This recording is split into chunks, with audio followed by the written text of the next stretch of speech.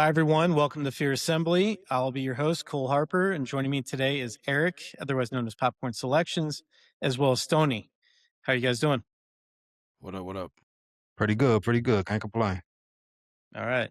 So today I wanted to hit on something that I think all of us love to talk about, and we talk about with our friends, which is like, what are the horror films and shows that are actually scary, and things where if we put it on tonight, whether it's on Tubi or Netflix or rent it on demand like Backrooms or any of these, where it's actually going to scare us, potentially, and have that rush that we're looking for. So, Eric, I'm going to start with you. What movie, if a friend said, "Hey, man, like, give me something that's really scary that I should check out," what's the first thing that comes to mind? One that I like was The Vigil. Mhm, It's about this Orthodox Jew, and they kind of have a practice where after a person passes away, they have to send somebody to sit with the body by themselves overnight.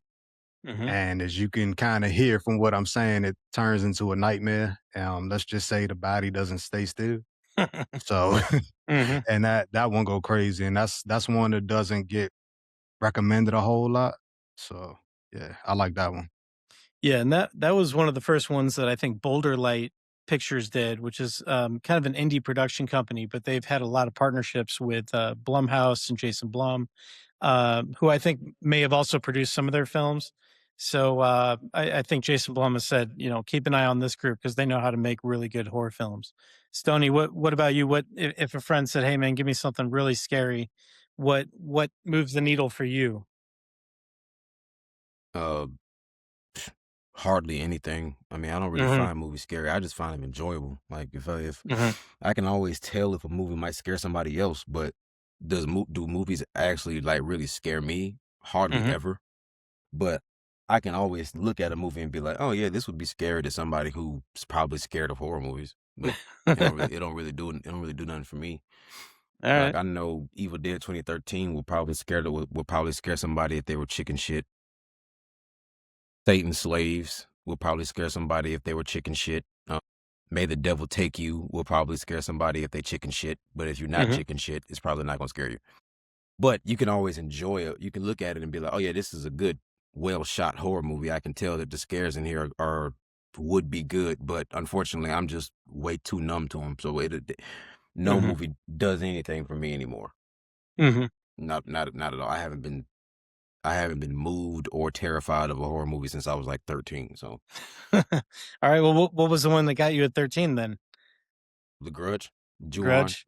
Yep. Ju-on and The Grudge, those probably the last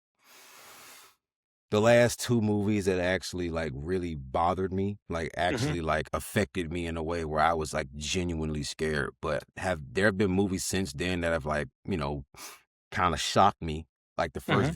the first VHS, that one shocked me because I wasn't expecting it to be like that, so I definitely gotta give credit to the first VHS movie. Mhm. Same thing with the second one. The second one has some pretty solid segments that like really got like, has some good effect. But still, did they scare me? No, nothing scares me. Alright. How about, in, like, the found footage space, movies like Hell House LLC? Because that's one that kinda scared me the first time. I was like, "Alright, there's gonna be some clowns or something, things happening in the house, whatever," but it was just so well executed, and just so creepy. You just see this room, people walk into it, and it just gets kinda weird. So that one kinda did it for me, but that one, nothing on the scale for you? Yeah, enjoyable, not scary Yeah. though. Nothing's Alright. like I said, don't nothing. I want to be scared again. I would love to find a Yeah. movie that would actually get to me, but I doubt it's gonna happen. I mean, like it's gotten to a point where even jump scares don't even I can almost predict every jump scare before it happens. I've gotten to a Mhm. point where I can look at a jump scare happen on screen and literally not budge at all. Like I'm extremely numb to everything. So Mhm. yeah, don't that's just how it is now. I mean, it sucks sometimes because I feel like I'm missing out on like the true effect of Yeah. horror movies. But I mean, I've been watching them my whole life, and I'm more scared of. if you actually want to talk to me about stuff that's actually scary, you got to talk to me about horror video games. Those are the only Yeah. things that actually give me the feeling that people get when they watch horror movies. I have to play Mhm. horror games in order to get that feeling, but movies ain't gonna do shit to me. Yeah. So of outside of the ones we've talked about on prior episodes, are there any video games that you personally find, like, absolutely terrifying As that Resident Evil, Mhm. Silent Hill, literally every horror game for the most part. Horror games do everything that movies claim they do, Yeah. and that's how I see it. Like, Yep. Resident Evil Requiem was the scariest Resident Evil since I don't even know. Mhm. It's been like, but that one genuinely that is a good horror game. Like Resident Evil Requiem is a great horror game. Fatal Frame 2, that game scared the crap out of me when I was younger, and then I played the remake and it did the same thing. That is a damn good horror game. Mhm. I think that's because it places you into the position of the character. A lot of those are like you looking at it through the eyes of the person who's involved. So Mhm. it's like you're experiencing it like you're there. And that's what a lot of horror movies struggle to do, like make you feel like immersed in the situation and make you feel invested. Some horror movies you don't even care about the characters, going in. They're so either unlikable or so bland that you don't care what happens to them. But the best horror movies are ones where you feel invested with the character. I care what happens to this person, or I feel immersed in this situation. And horror video games, I think, do that a lot. Yeah, Like Mhm. especially because Outlast. like when you watching a horror movie, you are watching them s- make their decisions. Right. You're watching them, and you get to see the danger, before they get to it. You can say, "Oh shit, he's behind you," or "Snap, the ghost is in the corner." But when you are the person that's in the game, you don't have that same like observant POV. Your POV is everything the character is going through. Mhm. And what's funny is horror games actually test you on how good you would actually survive a horror movie. It's easy to look at a horror movie and be like, I wouldn't do that or I wouldn't do this. But when you grab that controller and you got somebody chasing you and you get nervous and you start like you fumbling, you don't Mhm. know what weapon to use, so you like pulling out the weapon and you're using up all the bullets, and you got limited resources and you start to panic. That right there is proof of how you would actually act in a horror Mhm. movie, and not Mhm. when you being all fake tough like, oh, if that was me, that wouldn't happen. Yes, it would. Play a horror Mhm. game and you would that it, the way you react in a horror game is exactly how you would react in real life. Right. Yeah, I remember, playing one of the first Resident Evil video games with my cousin, and he was easily scared, and he would always just drop the controller and yell and run in the other room, and obviously, we wouldn't advance if we were doing multiplayer mode or anything, and Mhm. I'm like, "Dude, you gotta just, like, have a different reaction. Don't just drop the controller and run." But to your point, yeah, there's definitely people out there, if they saw something that was, spooky or a little bit off, they'd probably not be able to advance. So, on that point, I saw Backrooms recently, and obviously, there's the YouTube series. There's I think some games and various interactive versions of it, either in development or available on VR. There's also like the pools, video game type experiences that I think is being developed into a film. And as I'm watching it, I was thinking exactly what you were saying, Stoney, of like, this character, would they go left? Would they go right? Would they go up this ramp, down the stairs? And if you saw something that was off in the room, would you just hang out, or would you, back up and go a different direction? So, um, for you guys, I assume you both have seen Backrooms by now without getting into spoilers. Did you feel like it was kind of like watching somebody else play a video game as you were checking out Backrooms? Were you invested in these characters? Yeah. Backrooms was interesting to me because I came into it not knowing a whole lot about it. Like when they announced the movie, that's when I started doing research on it. I feel like I missed out. But since I've gone back and gone through the series, like the YouTube side of it, I don't think it allows for you to really care about the characters because you don't get a lot of backstory on who they actually are. But the movie itself, um, Clark I see a little bit of myself in him. Some of his Mhm, frustrations that he dealt with, like married life, going back and forth with his spouse. But invested, like, did I care? I don't know. I don't know that I care, but I still enjoyed the movie though. Just because mhm, it's like this expansive world that I don't know a whole lot about.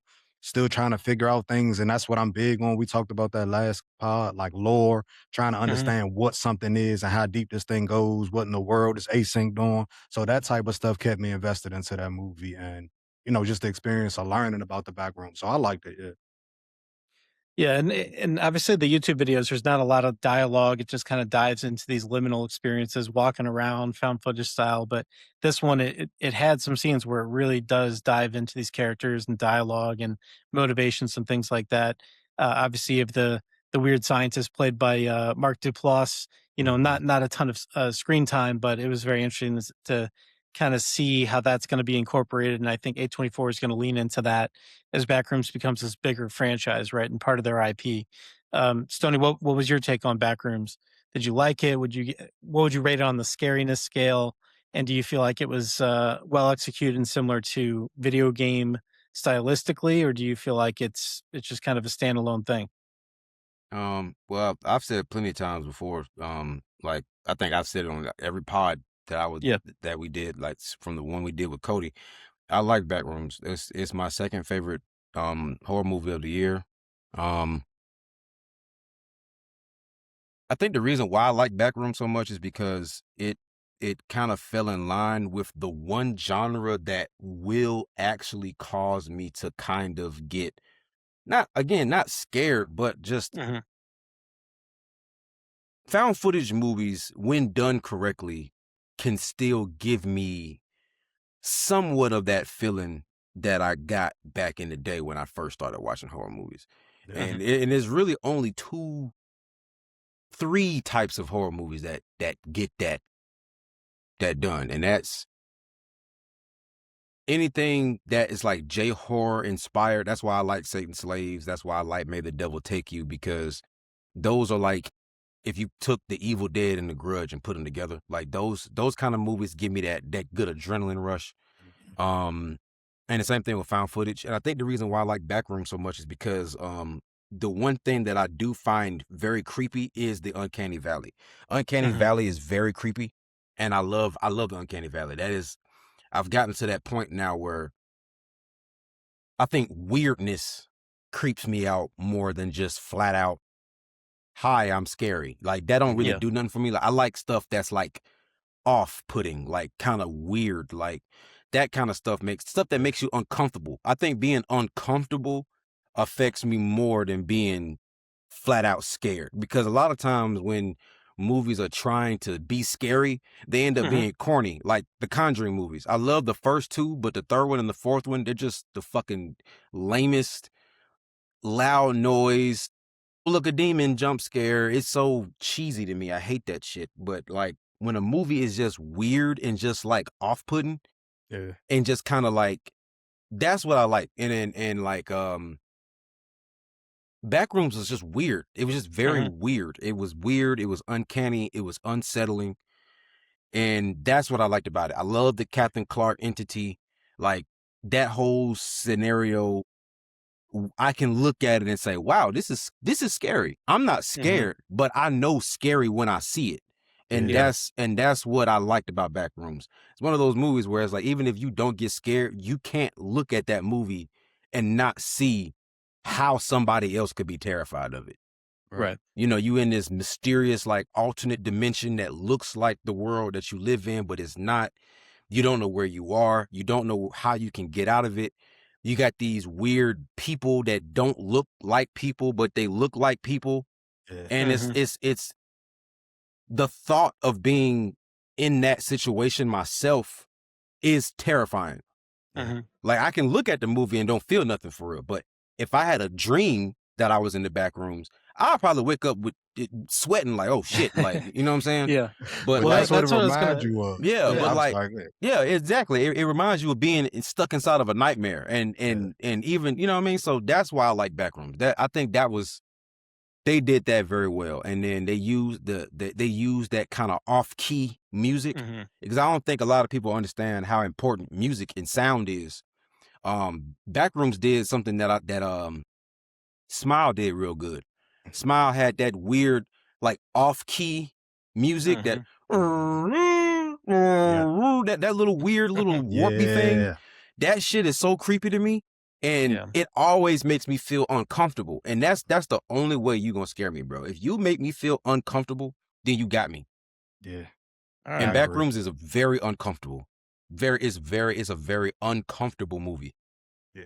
So going back to your earlier comment about in the video game, how you would play is kind of what you do in real life. So let's say that we're playing the Backrooms video game. Is Stoney's character going at Captain Clark, or are you running? Are you running down the corridors and trying to find a way out? That's a stealth. That's a that's a stealth mission. Yeah. That's a stealth. That's when you got a stalker entity in the game, and that's when you sit back and you learn a pattern.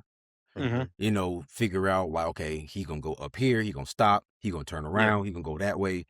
I learned a lot of that from playing Resident Evil. Yeah. You know what I'm saying? So in that kind of situation, that would be a straight like stalker entity level where I would like try to sneak around them. Mhm. I got a theory about that movie too. The whole so Plenty in the of 'em. first video, remember the first video on the wall, the whole "don't move, stay still" thing? Yeah. I always wonder what would happen if a person didn't move, like if they mirrored like the still life people that were there, the ones that don't move. Like you had the fat guy with the multiple faces at the table. He was just sitting there. Yeah. The entity never went after him. So I have a theory, but it could cost me my life if I do it and it's, you know what I'm saying? And Yeah. it's not real. Probably get my head ripped off. But I have a theory. I think if you stay still, it won't bother you because you blend in. So Yeah. I don't know. Yeah, the Backrooms is a very stable yet unstable environment. The environment itself is unstable, but it's not meant to produce life, and that's Mhm. why everything in there that is alive is so screwed up. Like Mhm. um like the Barbara entity, Clark's wife, she was the most alive still life because of how much the Backrooms was able to scan and repurpose her and recreate her over and over again from Clark's memories, that she actually started to develop, movement. Yeah. Mhm. And you can tell that the more and more the Backroom scanned Clark, the more that the Barbara entity was becoming alive. Because if you notice, when Captain Clark walked into the room, the Barbara still life lost her fucking mind Took all. and took Yep. the hell off, because that is the real Barbara's memory of being afraid of him. Mhm. You know what I'm saying? So when the Barbara still life saw Captain Clark as a monster, that's what the real Barbara saw him as, a monster. So when she saw him in the back rooms and she took off running, that right there was beautiful to me. That was peak cinema, like, because she was a more developed life form. Mhm. And the more and more that life form developed, she would have become an entity just like Captain Clark did. Right. Captain Clark became the type of entity that he became because the Backrooms had all of this time to just continuously reproduce its version of Clark. And I Mhm. feel like now that Clark is dead, the Captain Clark entity eventually is going to turn into the bacteria, Yeah. because Well, so now, it doesn't have anything to copy off of anymore. So eventually yeah. it's just going to deteriorate, and eventually I think it's going to. So I think the Captain Clark entity is going to turn into the bacteria. All right. Well, so now that this is a full-on spoiler episode for Backrooms, Eric, anything else that you want to add to that? One of the things that I thought about, and it's to your point where you said the more she was scanned, the more she kind of started to become real in a sense. She's the only one, the only still life that bled. If you Mhm. remember that part in the movie where he scalped Took her, off her scalp, yeah. yeah, if you look in the background, she's bleeding, but that didn't happen to the fat guy at the table when he cut his stomach out. Yeah. It was almost like styrofoam. I also So it was find it like, yeah. I also find it very hilarious that Clark owned a furniture store and all of the entities that he came across were made out of memory foam. Mhm. Oh, that's something. Yeah. And they literally were made because they were created off of memories, Mhm. and they were made of foam, memory foam. That's That's what I like about that. That's how you get me to enjoy a horror movie. If Mhm. I can't think about it Yeah. afterwards, if I can't have a conversation about it afterwards, if I don't have anything to break down from it afterwards, to me, it Yep. is not a good movie because I don't get scared. So what can you give me beyond the scares? Right. If after the scary part is over, if there's nothing for us to discuss, I don't like the movie. Yep. And some people would say the same thing about the new Evil Dead movies, but clearly you're not paying attention. If you think that it's just shock, gore, demons, you're not looking at the new trilogy the right way. Right. Mhm. Because the new, I will argue that the new Evil Dead trilogy is just as, I'm not using that word because that word is not the right word. I guess you can say in this term, they say woke or whatever. Mhm. Hmm. That bullshit, they use that word wrong as hell. And me and you, Eric, we know. Oh, you But know. yeah, you know. But if I was to use a word just for the general masses to understand, I will argue that Evil Dead Burn is just as woke or elevated as Backrooms and Obsession. You just have to look at the themes of the movie Mhm. Mhm. because they each are a metaphor for something. Mhm. Backrooms was a metaphor for your own personal mental walls that you keep up. And the longer you trap yourself in those walls and refuse to grow, you will continuously be in this maze of, I don't want to be different. I am who I am, and it is what it is. Because at Mhm. the end of the movie, Clark told his therapist, I like it here. I don't want to leave. He was comfortable being trapped inside of his walls. Evil Dead Burn is literally a metaphor for a woman who feels guilty for not caring that her abuser has passed away. Mhm. She carries no guilt for his death. He was an abusive man. He was evil. And she hated him, and she felt no remorse for his passing. And that movie also talks about generational trauma and that sometimes an abusive person isn't abusive because they're an abuser. They're Mhm. abusive because they're repeating the cycles of the people who they come from. Mhm. Because Will's family in Evil Dead Burn, they were fucked up too. Yep. Mhm. You know what I'm saying? Same thing with Evil Dead Rise. Evil Dead Rise was literally one big metaphor for what a lot of women feel about motherhood, but they're too afraid to say it. Mhm. Mhm. Evil Dead 2013 was an allegory for drug addiction and battling your own demons. That's why Yeah. the demon in Evil Dead Burn was a doppelganger of Mia because she had to face herself in order to overcome her drug addiction. Mhm. Way more enlightened and elevated than what people give it credit for because all they see is blood, gore, guts, and demons. Yeah. Right. And so back to the kind of the end sequence in Backrooms, you have the main character, he thinks he's got it all figured out, right? And he steps up to Captain, what's his name? Clark. Captain Jar. I wanted to say Captain Jack for some reason, but yeah. So he steps up to Captain Clark and he thinks it's all figured out. And I was like, oh, okay, he knows something that we don't. But then Captain Clark just picks him up and takes a big bite out of his shoulder, right? And so Mhm. to your point, Sony, it's like it's another analogy where we think we know, what we're dealing with, right? Even though it's kind of like an echo of his own issues, and he's wrong, right? And it literally ends up biting him, you know, Mhm. back to the point that he's not going to get out of there, so Yeah. I agree, there's many layers to it, and that's why I'm intrigued to see where the story goes. I hope that they don't handhold it, too much, and answer, all the questions, but there were many, new questions that come up from it in terms of how did this world get created. They reference the MRI machines, right, which obviously are creating, kind of replicate images of whatever's going on in your body. It's not quite, exactly that, but how did that create this kind of portal and alternate reality? And why did this portal open up to begin with the furniture store? Like, what do Mhm. you think? What's your theory, Eric? Because it seems like you've also kind of gone down this rabbit hole. Yeah. So I I think of the back rooms like this. I think the MRI thing, it makes sense. Like Hmm. they established, hey, that's what async was.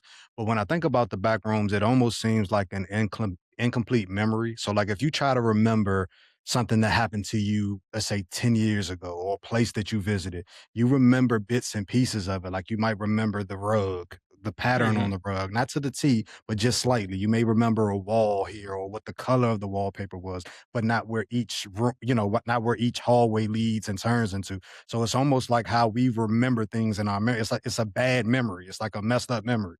Hmm. That's how I've always understood it. And it feeds off it feeds off of like your traumas and things like that, and it like recreates it. And that's And like Clark said in the movie, it's basically like describing a dog to somebody who never seen a dog and then asking them to draw it. Right. Mhm, You know what I'm saying? And when the Backrooms, it like it feeds off your most negative emotions.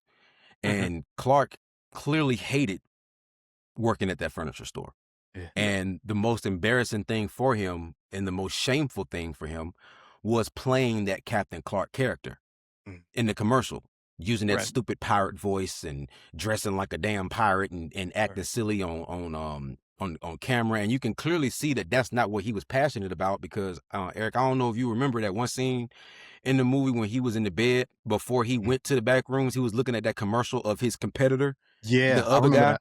He Yep. was looking at it like, ugh, okay, I have to like, he was, Almost like he was studying them. yeah, like he was studying him. So basically, he was studying somebody while the Backrooms was studying him. And because the Captain Clark character that he played in the commercial was his most shameful moment, Mhm. it brought out the most negative emotions of him. And that's what the Backrooms fed off of. So it created the Captain Clark entity because this is your worst self Yep. and it feeds off of your negativity. And when Clark talked to his therapist, and at the end, when he had kidnapped her, and she was just like, "Hey man, look, just do you, just do whatever you want to do, be you." And he was Mhm. just like, and he told his monster, "Hey, we don't have to change. We're good. We're healed." The monster's mhm, like, "No, you can't heal. I need your anger to Mhm. live. If mhm, you are healed and if you are okay with how you are, I have nothing to feed off of. So now I'm finna eat your ass." Right. Because I don't yeah, have nothing else to feed off of. Your nigga, if you're healed, then I don't have nothing to go off of. It's like when you elevate in life and your friends from back home, like, man, you done forgot about us, whoop, whoop, whoop. Right. They don't want you to grow. They want you Right. to be stuck in the same loop like them. And that's what the Yeah. Captain Clark entity represents. You trying to elevate yourself from your past negativities, Mhm. but your past negativities not wanting to let you go. I like that one. And also what I thought about though when he said that, he said we don't have to change. Captain Clark is the embodiment of him being destructive, a destructive individual, an angry individual. So this doppelganger or whatever this creature is said, okay, we don't have to change. I'm going to continue to destroy, starting with you. Then he eats him. It's like, Yeah. it completely rips him apart. So it's like, it's just one of those things, man. It makes you think. Yeah. That's what, yeah. Yeah. So and that's why I put Backrooms at my number 2 for the year. It was my number 1 until Burn came out. Um, that's because I'm a Evil Dead fan. That's yeah, my franchise. That is my franchise. I've actually thought about what is because one question that I've actually never been able to answer truthfully is what is your favorite horror movie? mhm, I've actually never been, and that's actually a very fun fact that people who may know me, who watch this pod may actually be very surprised about. I've actually never been able to answer that question because The Grudge and Ju-On may be the movies that scared me the most, mhm, but they're not my favorite horror movie. And I've been Mhm. saying for years that, oh, The Grudge is my favorite horror movie. It's not. yeah, That's just the movie that scares you the most. If I was to genuinely tell you what is my favorite horror movie of all time, it would be Evil Dead 2013. That is my favorite horror movie of all time. I can put that movie on whenever. I love that movie. I love everything about that movie. There's not a single complaint that I have about that movie. And that's why Evil Dead Burn ended up being my number 1 over Backrooms. mhm, But just like Backrooms, we can discuss those movies over and over and over again. And right, that's what makes a movie good to me. If I can mhm, discuss it and break it down, like Smile and Smile 2, those are like out of the 2020s. Smile is my favorite like 2020s original horror film. mhm, I love that movie, bro. And you can break that down too a lot. Oh yeah, yeah. Yeah, for sure. I like so there's 2 movies. One of them is I'm starting to find out is widely hated, which is cool because I don't care. But the second one is kinda based on the other one. So one, it isn't considered a horror movie. I'm very aware of that, but for me, it's scary because I'm a parent. Number 1, Prisoners with Hugh Jackman and Terrence Howard. That's mhm, the one when they go to a friend's house and, they kinda meet together, the family's close. Kids go outside to play. It's Thanksgiving. Parents get up after eating. They like, hey, where the kids? They go downstairs to the older, kids. They're like, I don't know. We thought they were with you. Go Yeah. outside, they're not there. Go back to the house, not there. Kids are missing. As a parent, and that's the thing about horror. You have to scare me in different ways now because, like Stoney, I'm desensitized to a lot of things. So you have Yeah. to get with me in areas in my life where I'm the most fearful. And one of those fears is your kids, something happening to your kids, God forbid, Mm-hmm. right? Facts. As a parent, that movie petrified me because I mean, these kids seemingly vanished out of thin air, and you got Mhm. them running around, and it's 2 depictions, like, you have Terrence Howard, who's kinda like he wants his daughter back, you could tell he has a love for his family, but he's not willing to go as hard as Hugh Jackman's character goes. He's unleashed, and that's the depiction of 2 different parents, you know what I mean? I feel like I'm the one, I'm chopping fingers off, where my daughter? That's all I wanna know, you know what I'm saying? It's Yeah. that Yeah. type of thing, and, the second and I'm noticing that the 2 are connected only because they're both, I consider, like, crime thriller type, Mhm. like, where you have to solve a mystery about a real life crime type of thing. The other one is Long Legs. So, a lot of people hate that film, I like it. The atmosphere surrounding Long Legs, it makes me feel something, I don't know, like, I have to figure out what's going on with this character, who is it that's taking this, that's, doing these murders, it's just it's a lot, man. But I think what it is that I like true crime style horror. Yeah. Mhm. Horror where there's a police investigation, and by the end of it, even the police are flabbergasted trying to figure out, well, what no, I'm out of ideas. It has to be something supernatural or something that we just will never figure out. So it's that mystery for me. Like those 2 movies, Long Legs and Prisoners. You know, a movie. It was a movie because I've been like kind of catching up on some 2026 horror movies. I'm not gonna lie, I haven't like been as prompt with watching new Mhm. movies like I should be. Because that's mainly because my platform isn't just about new movies. It's about Eric. I'm all about deep dives. Oh Yeah. yeah. You know what I'm saying? I love a good deep dive. Like I just dropped 2 long form history of Evil Dead videos. I did Evil Dead 1 Mm. and 2, and I just finished my script for History of Army of Darkness.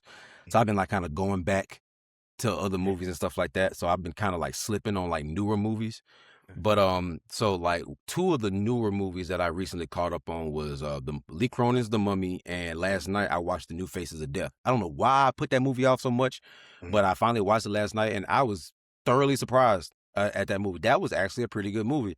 I Mhm. do think some of the aspects of it were a little like but for the most part I really love The New Faces of Death because for one I love the meta approach to it. I love how in the movie's universe, the real Faces of Death movie exists. Yeah. And there's some like they took it was kind of like Scream, like how in the Scream, well, technically in Scream, Stab was inspired by the events of what Billy Loomis did. Right. But then after that, it seemed like all the other Scream movies were people trying to recreate the Stab movies. Right. So with this movie, it was somebody trying to recreate Faces of Death. Mhm. And it kind of and it really relate, and like you said, like the movie that got you as a parent, Mhm. this one got me as a content creator because Mhm. it asks the question of like, do you see these creators as human beings or do you just see them as pieces of entertainment? Right. Mhm. And you can see that every day by the way people talk to us in our comments. Yeah. Like I'm lucky enough to have a so if I was to like rank my platforms based on positivity to negativity, Mhm. number 1 is YouTube. YouTube is the most positive platform I have. Mhm. And to all my YouTube subscribers, I love y'all to death, but I'm not gonna lie. Y'all are so nice to me that sometimes I feel like y'all motherfuckers are AI. I swear to God. The YouTube comment section is so polite and so supportive that it Yeah. feels like AI, and that's a damn shame. That just goes to show you how mean people are on the internet, that when you are too nice, people will Yeah. start to question if you are even a real human being. Mhm. Mhm. Because the videos that I made on YouTube, it's man, great insight, great video. Love this guy. You're my favorite YouTuber now. Love this channel. Huge support. Like it is so positive. TikTok, you get everybody who agree with you. Every now and again, you get that people who you can clearly see are kids and they just being Yeah. stupid and just trolling. Yeah. Instagram comments, they've gotten better over the years. When I first got on Instagram, they were rude as hell, but over a while after I built my I know what reputation you're up, gonna say. yeah, they rock with me now. Facebook is god awful. Mhm. I knew God you was awful. gonna man. God, I fucking hate Facebook. I swear to Mm. God, I hate that, bro, I swear if Facebook did not pay, I would not post on there, bro. And it's just like, wow, you would not say this to a person. You would not say this to my face, bro. Like, you feel me? Like, that's how I be feeling about reading some of my comments. Like, and that just goes to show you that people really do not see content creators and YouTubers and TikTokers and podcasters as human beings. We are just forms of entertainment to them. And when you start to remove the humanity from the content and you just treat the content like you are a piece of entertainment to me, it goes into that whole realm of, if somebody was to post a video online of somebody clearly being hurt, would you care enough to actually like, damn, I think somebody might be in danger? Right. Or is this just, ha, dude got his head chopped off, but that's a human being, you know what I mean? And that movie really reminded me of like early 2000s internet, like E-Bombs World and what was it, like nasty.com, where you were like, rotten.com. Like, dude, we used to watch like I was in middle school watching like don't say it. Like, you know what I'm saying? POWs getting chick, you feel me? Like, we used to see that, bro. And we thought it was like, oh man, did you see that? I remember when I first found the real Faces of Death, I was just like, man, this could be real. Then I watched the one that's worse than Faces of Death, Traces of Death, 1, 2, 3, 4, and 5, and Murder Collection, Volume 1. Like, this is why I need Ricky. This is why I need my boy Ricky on here. Because he knows about them. But like, those are like real deal, like snuff films, bro. Like Guinea Pig and Snuff 102 and freaking August Underground. And you watch this stuff and you find it entertaining, but it's like, do you really understand the depths of what these stories are? Right. You know what I'm saying? Because these are real people involved. And even if it's not a real person, like an August Underground, movies like August Underground and Maniac and Henry Portrait of a Serial Killer and The House That Jack Built, those are real. Those are like real serial killer movies, not like the Jason or the Freddy or the Michael Myers. You can tell that stuff is fake. Got on a mask as you can get at a Halloween shop. But like, when you look at a movie like Maniac and you look at Frank Zito, he's much more terrifying to me than Freddy, Jason, and Michael ever could be. Because Frank Zito looks like the dude that worked at a coffee shop. Frank Zito is the dude that looked like Cole. Just a, cool white dude with some glasses on. You don't think nothing about it. But if you go to his house, he got a room with mannequins with women's scalps attached to him. How'd you know? You know what I mean? That's what's behind this banner right here. You know what I mean? So yeah, like that's what I liked about Faces of Death, because it really poses question of, do you see content as just content, or do you understand that there are human beings behind this content? And at what point does it cross the line between just entertainment and, hey, somebody's actually in danger? That's the thing about that, the sensitization of like, watching and consuming too much horror movie. It's like you stop being able to separate fact and what's real from the fiction part of it. And I think people's minds are becoming so warped. It's just something you got to be careful with, man. Don't lose your humanity watching, you know what I'm saying? Consuming too much of this content, because it's easy to do. It's a slippery slope, man.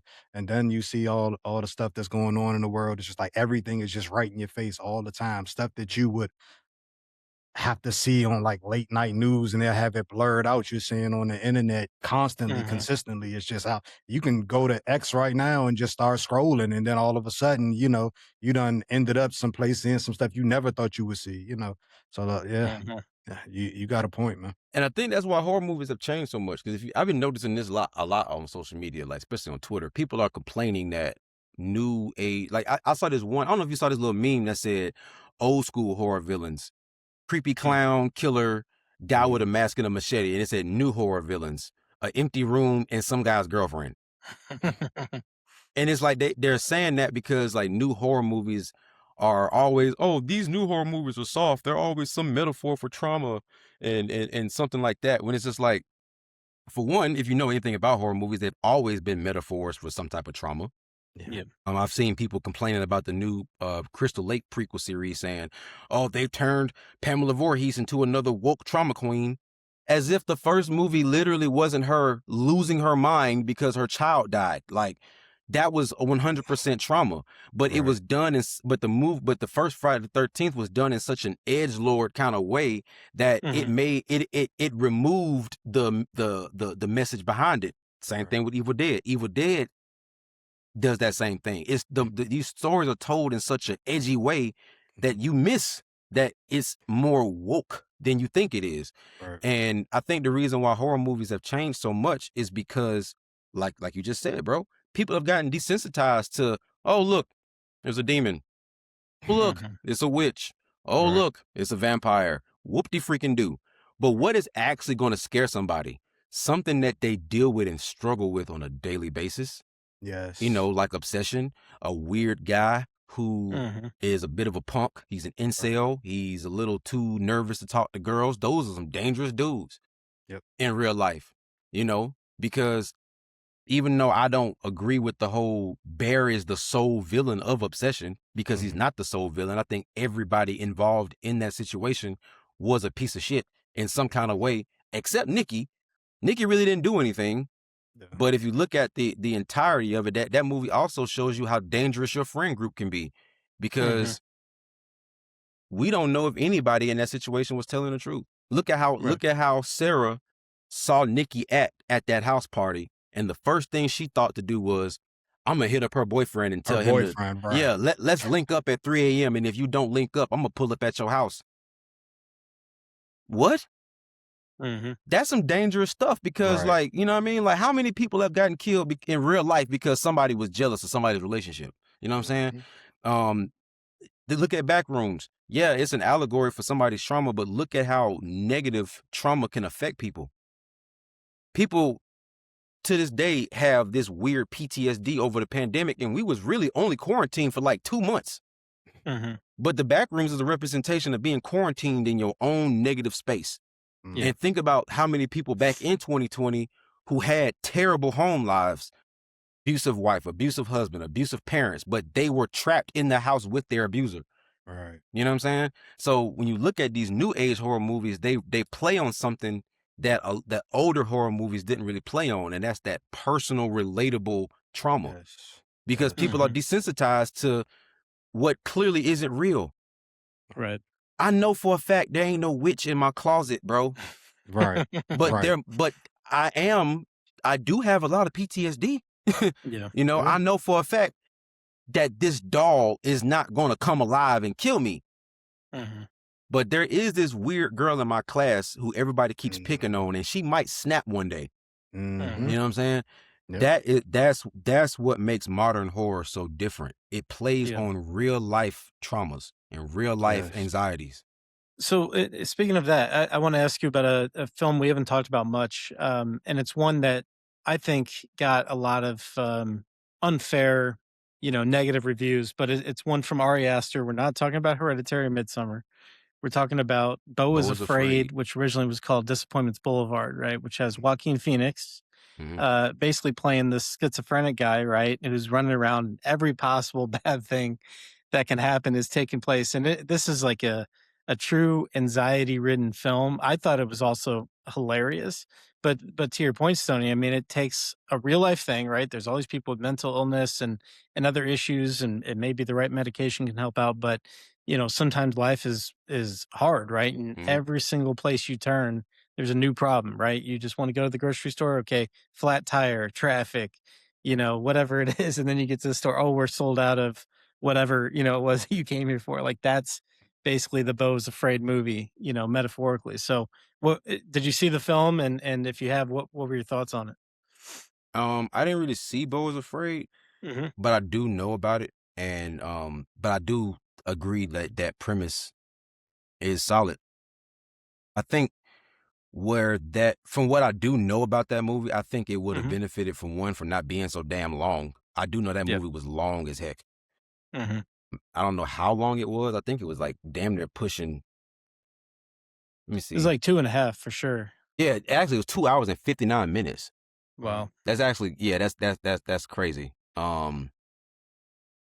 Yeah, Yeah, and I yeah. put off seeing that movie for a long time because I heard from some friends and people in the industry, they're like, "Oh, it's okay. It's a little weird. It's not anything like Hereditary and Midsummer." But when I finally did get around to it, I was like, "Wait a minute, like this is a pretty good movie, all things considered." Yeah. Um, That's E Eric, did you see no, the film? I didn't, but the explanation you just gave or the synopsis you gave of the film, it kind of reminds me of like that movie Straw. And I don't Mhm, really mess with a whole lot of Tyler Perry films, but that was one that came out, I think I want to say last year sometime.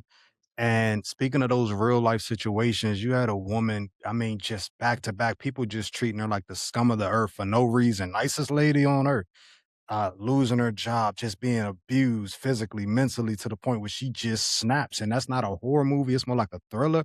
But mhm, that was one that resonated with me. I like that film, but why? It's because the everyday person being pushed around, and some people have never like. I feel like I've lived two lives. I live lives where I kinda became the quote unquote cool dude or whatever, learned how to fight, kinda got my parents together. So I changed people's perception, excuse me, of me. So my life was a little different. But there was a time when I was younger in that awkward stage in my life where I dealt with like not I wouldn't say bullying because I would fight at the drop of a hat, but like people bothering you, you know what I mean? And feeling like mhm, they can try you just because you're quiet. So I feel like I lived two lives in that sense. And you don't know what a person could be just dealing with in their mind and just right, seeing depictions like this of somebody just snapping, it's it's elevated in the sense that hopefully it causes people to think, don't be that person. You know what I mean? Don't be Yeah. that yeah, person to just pick with folks for no reason because you don't know. I ran into a lady at the bank not too long ago, and this, rude teller kind of giving her a hard time. She said, I just lost my mom recently. Like she don't know what's going on in my head. Like why do people and I tried to be as kind to her as possible. I was talking to the lady and everything, and she kind of had a smile on her face before she left. But when people complain that horror movies aren't just mindless anymore, it's because some of you people need to start thinking. Think. You need something that's gonna spark your brain a little bit and cause you to Yeah. think of something outside of yourself, and I love that about modern day horror. I love an obsession. I love a Backrooms. Speaking of obsession, what was Bear's best friend's name? Ian. Yeah, Ian. Me and Ian got to square up because how you do that, bro? How you help your friend trying to help your friend get with the girl you never mind. But But then but you gotta think about this though, bro. I made a video like last week where I said obsession is what's so crazy is obsession low key tricked the audience mhm, into something that we are all guilty of, and that mhm, is he say, she say. mm, When you think about it, I don't, again, I've seen Obsession twice. Now, I'm not sure, but did Ian ever himself explicitly say, yeah, I'm smashing Nikki? nope, mm-mm. Did Nope. Nikki herself confirm, yeah, I'm smashing Ian? Mm-mm. All we have to go off of is what Sarah said. Sarah said it. There was mhm, no proof though. right. And, And we just and Same thing assumed with that the it was friend true. zone comment, right? yeah. How Same thing with she's the like, friend zone comment. he saw you Friend, as a She brother could in the have friend been zone. she could have Yeah, been lying. She could because she because did like Bear. yeah, exactly. Think about this. How do we know that Nikki didn't like Bear first? How do we know Nikki didn't like Bear too? How do we know that? Because when Ian told Bear, yeah, Sarah and Nikki were talking about you, and Nikki told her that she saw mhm, you as a little brother. Okay, question number one, if you know anything about women, why were you talking about Bear? Why did he get brought up? What was the Right. topic of conversation? Maybe the topic of conversation was that Sarah told Nikki, yeah, I kind of like Bear. And she was like, but I know Bear kind of has a thing for you. How do you feel about him? And Nikki probably liking Bear too, but not wanting to be messy. Like, oh, no, he good. He just like my little brother. You can talk to him. It's fine. Because when Nikki asked Bear, do you like me? Now is the time to tell me. She only asked him that because she knew and she felt, I think Bear likes me. But if you know anything about women, women do not like it when their male friends like them Mhm. yeah, unless they like them back. No girl is going to ask you, do you like her, if she knows she don't like you too? What would be the point? Right. Would you ask, if you knew a girl liked you, but you didn't like her back, would you care to ask her, do you like me? No, you No. wouldn't. Because you don't like her back, right? You're going to mhm, leave it at that. And when Bear told her, well, when he lied to her and said, "No, we're friends," she was like, Mhm. "Oh, good. Right, Okay. the Good night." pause. She was Yeah. confused. So it's like she was a little disappointed. So for all we Yeah. know, Nikki could have liked Bear too, but she knew Sarah liked Bear. So when Sarah told Bear, "I like him," she was like, "Oh, I mean," so when Sarah told Nikki that she liked Bear, she could have just been like, "Oh, no, I don't like him like that. It's whatever." And Yep. then, because why did Ian wait to tell Bear that after he saw Nikki being head over heels in love with him? Right. If Right. if Ian knew that information when he first told Ian, "I'm going to tell Nikki I like her," if he truly had that information, he would have just said, "Hey, I don't know if that's gonna work, my G. Why not?" Mhm. "Well, Sarah and Nikki were talking, and Nikki said she just sees you as a friend, bro." Whole Yeah. movie would have been avoided just off that Right. one conversation at the very beginning. Right. Mhm. Or That he could makes have sense. also said, "Yeah, bro, I'm smashing that. I don't think you want to holler at that." Whole Right. movie would have been avoided. So it's Yeah. obvious that possibly Ian liked Nikki, but he just didn't want Bear to have her. And it's also Yeah. possible that Sarah and Nikki both like Bear. But we don't really know any So, facts other than he say, she say. Sarah yeah. said this. Ian said that, but nobody ever confirmed nothing. Mm. Right. And that just goes to show you how dangerous he say, she say can be. You can really Mhm. run off with something and think it's true just because somebody told you that with no facts behind it. I like that. That's a Yeah. good one. That's a good one. Yeah, and going back to one of your earlier comments about, friends don't wanna see you, always rise to that next level, whatever. It seems like Ian wants, Bear to have that sabotage type moment or, to see, "Hey, man, like, you can't get this girl because I'm already with her, right? Even though I'm pretending to help you out," right? And I think that there's a lot of psychology that goes into this, to your point, Stoney, where, Ian didn't need any kind of magic wish to get with Nikki, right? In the event that like we just assume that they were hooking up and all that kind of stuff. He has some kind of psychology or other, kind of magic trick in his own bag where he knows how to kind of manipulate people to get what he wants. And then what is he always going to choose? He's going to choose whatever he wants in the end, right? So Mhm. he has a chance to break the curse. No, give me $1 billion. Boom, make it rain. Right.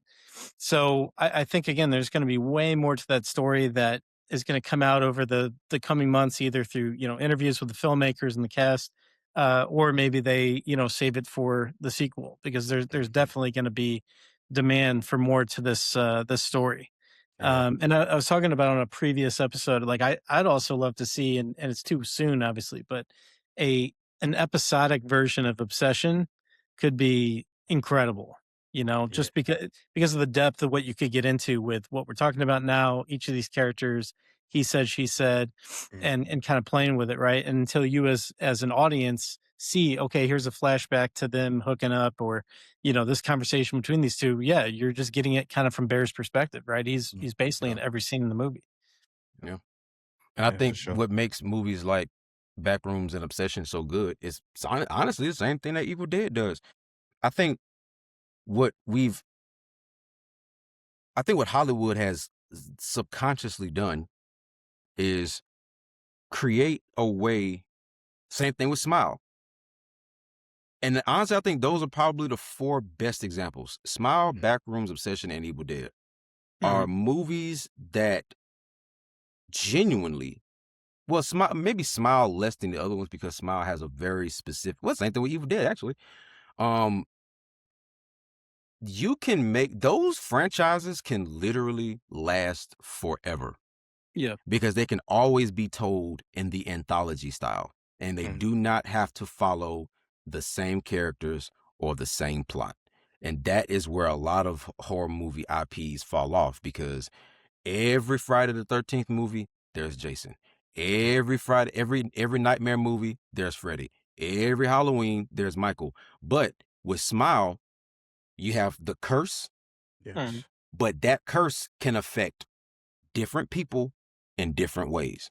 Mhm. Same thing with Evil Dead. You have multiple different books, multiple different timelines, multiple different situations, multiple different Yeah. outcomes. Same thing with Obsession. The One Wish Willow does not have to just be about Bear wanting Nikki to like him. Mhm. It can be about somebody who's struggling as a content creator who wants to get that good million, that million followers. And no matter how much content they put out, it just, because I've seen a lot of my mutuals who I've been creating content alongside since 2022. I ain't saying nobody named specifically, but I got a few people who I've been like, who started with me back in 2022. We both started off here and I've gone here, and them motherfuckers still ain't broke 200K followers, still can barely get 10K views on a video, and they've been posting every single day for the past 4 years. Imagine a movie where that kind of creator is in their situation and they looking at their mutuals, go to these red carpets and do all of these things, and they still trying to figure it out. It's like, I started with him. Right. Imagine if that creator said, I want to switch lives with that person. And then now they have the life of the bigger content creator, but they don't realize everything that goes on with them. The constant public scrutiny, the having the anxiety over managing the finances and all of the fame that comes with it. So now it's like, you got what you wish for. You're a famous content creator now, but you hate it. Your life is miserable.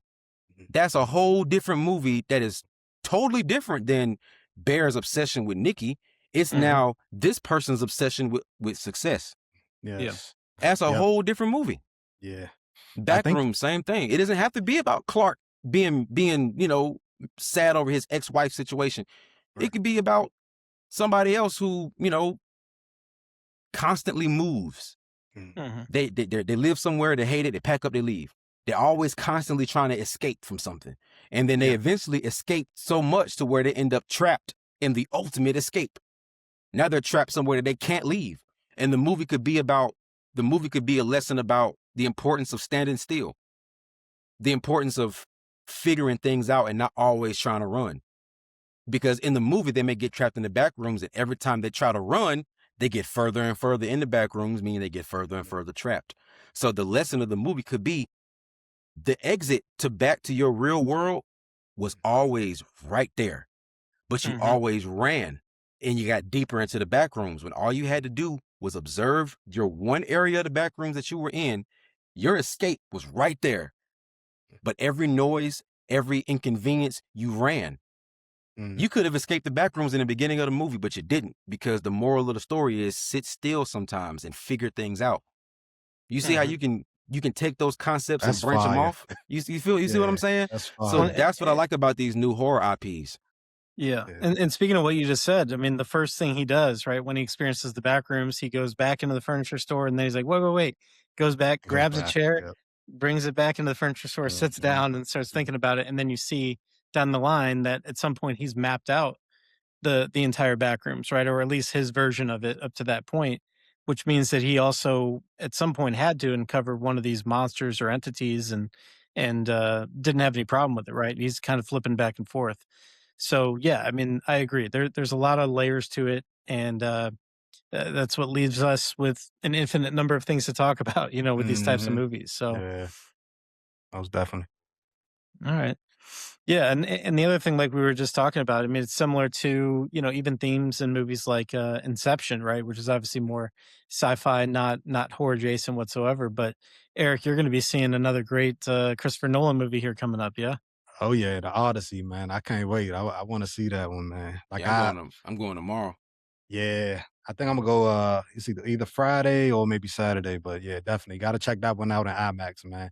There's a clip getting ready to drop soon where they kind of get into, the ins and outs of that IMAX camera and some of the innovations that they made in order to shoot this film entirely in IMAX, and it made me just 10 times more excited to see this movie. So I really can't wait to check it out. Yep. Yeah, bro, this is my problem with IMAX, bro. There's two different types of IMAX. There's true IMAX, and then there's like IMAX-ish. Ish. And unfortunately, bro, most screens in America, bro, are IMAX-ish. Every city, bro, has like one or two like true IMAX screens. Yeah. Like I think Atlanta, for example, bro, when I was looking at movie times for the Odyssey last night, bro, there is only one 70mm IMAX screen in the entire city of Atlanta, bro. And it's at the Regal at the Mall of Georgia. That is if you look up the because you can actually get Odyssey IMAX tickets from the IMAX website. Mhm. And Oh, yeah, I was on there last night, and it shows you all the different movie theater screens in Atlanta that have IMAX. Every single one just said IMAX, IMAX, IMAX, IMAX. But Regal Mall of Georgia said 70 millimeter IMAX. That's the mm, only one. So I'm thinking, like, if I wasn't trying to get my review out kind of early, like yeah, Mhm. tomorrow, I would have just waited till the weekend to go see it in like 70. mm, But I gotta see it. Like, I gotta see that movie quick, bro. Like, because I yeah. already I know, want, like, yeah, that's all gonna Yeah. be. It's gonna be crazy, man. I yeah, already bro. know it. Yeah, Yeah, So I think that movie gonna be good, bro. yeah, yeah, so let me ask you this to kind of end our conversation on this question. Do you get more excited about a huge epic like a Christopher Nolan movie like Odyssey, or is it whatever, big horror movies coming out next? Like let's just say it's Resident Evil, mm, that's coming out at a similar time. Would you be more excited about one versus the other? I know you're gonna see both, but Mm-mm. yeah, No, both. yeah, Both yeah. excite me equally because I am a kid of the 90s and a teenager of the 2000s. And Mhm. I grew up with a lot of big blockbuster non-horror movies. And those Mhm. movies were vital parts of my childhood. Movies Yes. like Transformers, movies like Gladiator, movies like, Batman Begins, The Dark Knight. Like, we need those kind of movies. Like, that was something that was really missing um in like the first half of this decade. Mhm. Like, if we really being honest, bro, the 2020s for movies sucked from 2020 to through 2021. Hmm. Movies did not start getting back good this decade until 2022. That pandemic, the pandemic had us watching some bullshit, bro. I'm not Yeah. gonna lie, bro. Pandemic had us watching some bullshit, dog. Yeah, We was watching some bullshit in 2020, 2021, 2022. We was watching some bullshit. And then I can't even 2020, remember nothing that came out during that time. To be bro, honest oh, with my mama, like, okay, Invisible Man from 2020, solid. you. I remember that. Don't remember nothing else from that year. Yeah. 2021, the first Mortal Kombat movie, which was kind of ass. Mm, I remember the Candyman reboot remake came out that year, and it was straight Mhm. to me, but a lot of people didn't like it. Um, we all know this is when the MCU had fell off. I don't care what nobody say. Phase 4 MCU, mm, not it. 2021, we looking at Eternals. I liked Eternals. I know I'm like the only person that liked Eternals. I know that. I know. I'm I don't weird. even think I saw it. Shang-Chi came out that year. That was solid. But other than that, I don't remember nothing else in 2021 outside of Shang-Chi, Eternals, Candyman, and The Dark and the Wicked that came out on Shudder, Oh yeah, Mhm. and I like that one. That one was fire. which was solid. Yeah.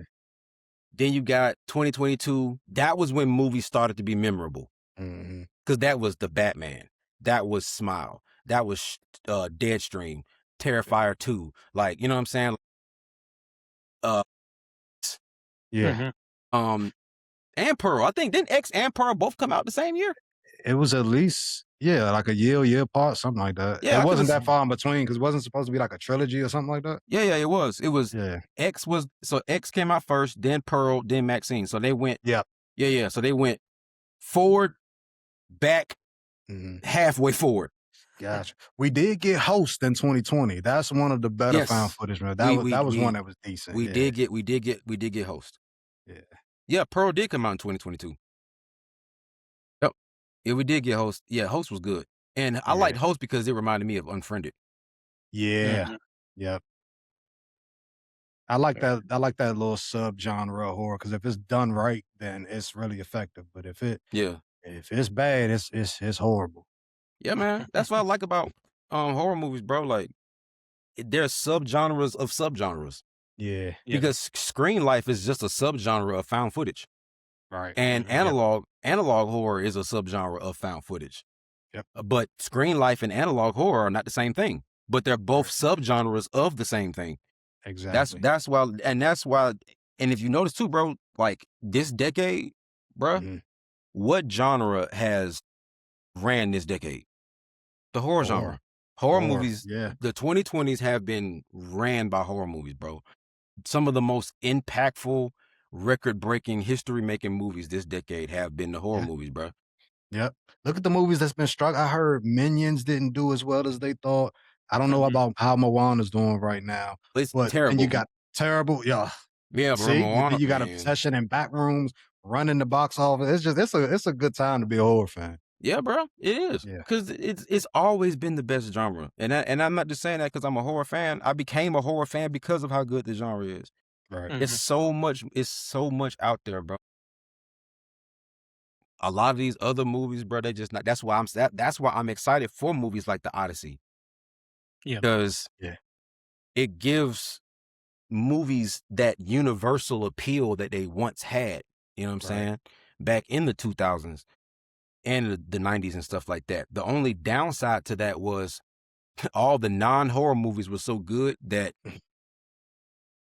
horror was still horror honestly was very niche up until the 2010s.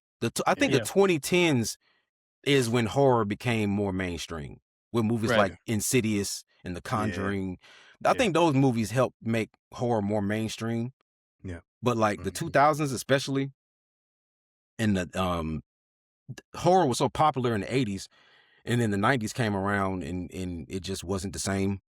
I think I think everybody can agree, like as a whole, despite the gems and the things that came out, I think everybody can agree that as a whole, the 90s was like the worst decade for horror movies. Yeah. Scream, Yeah. Scream had to come in and save the genre. Yeah. You feel me? Yep.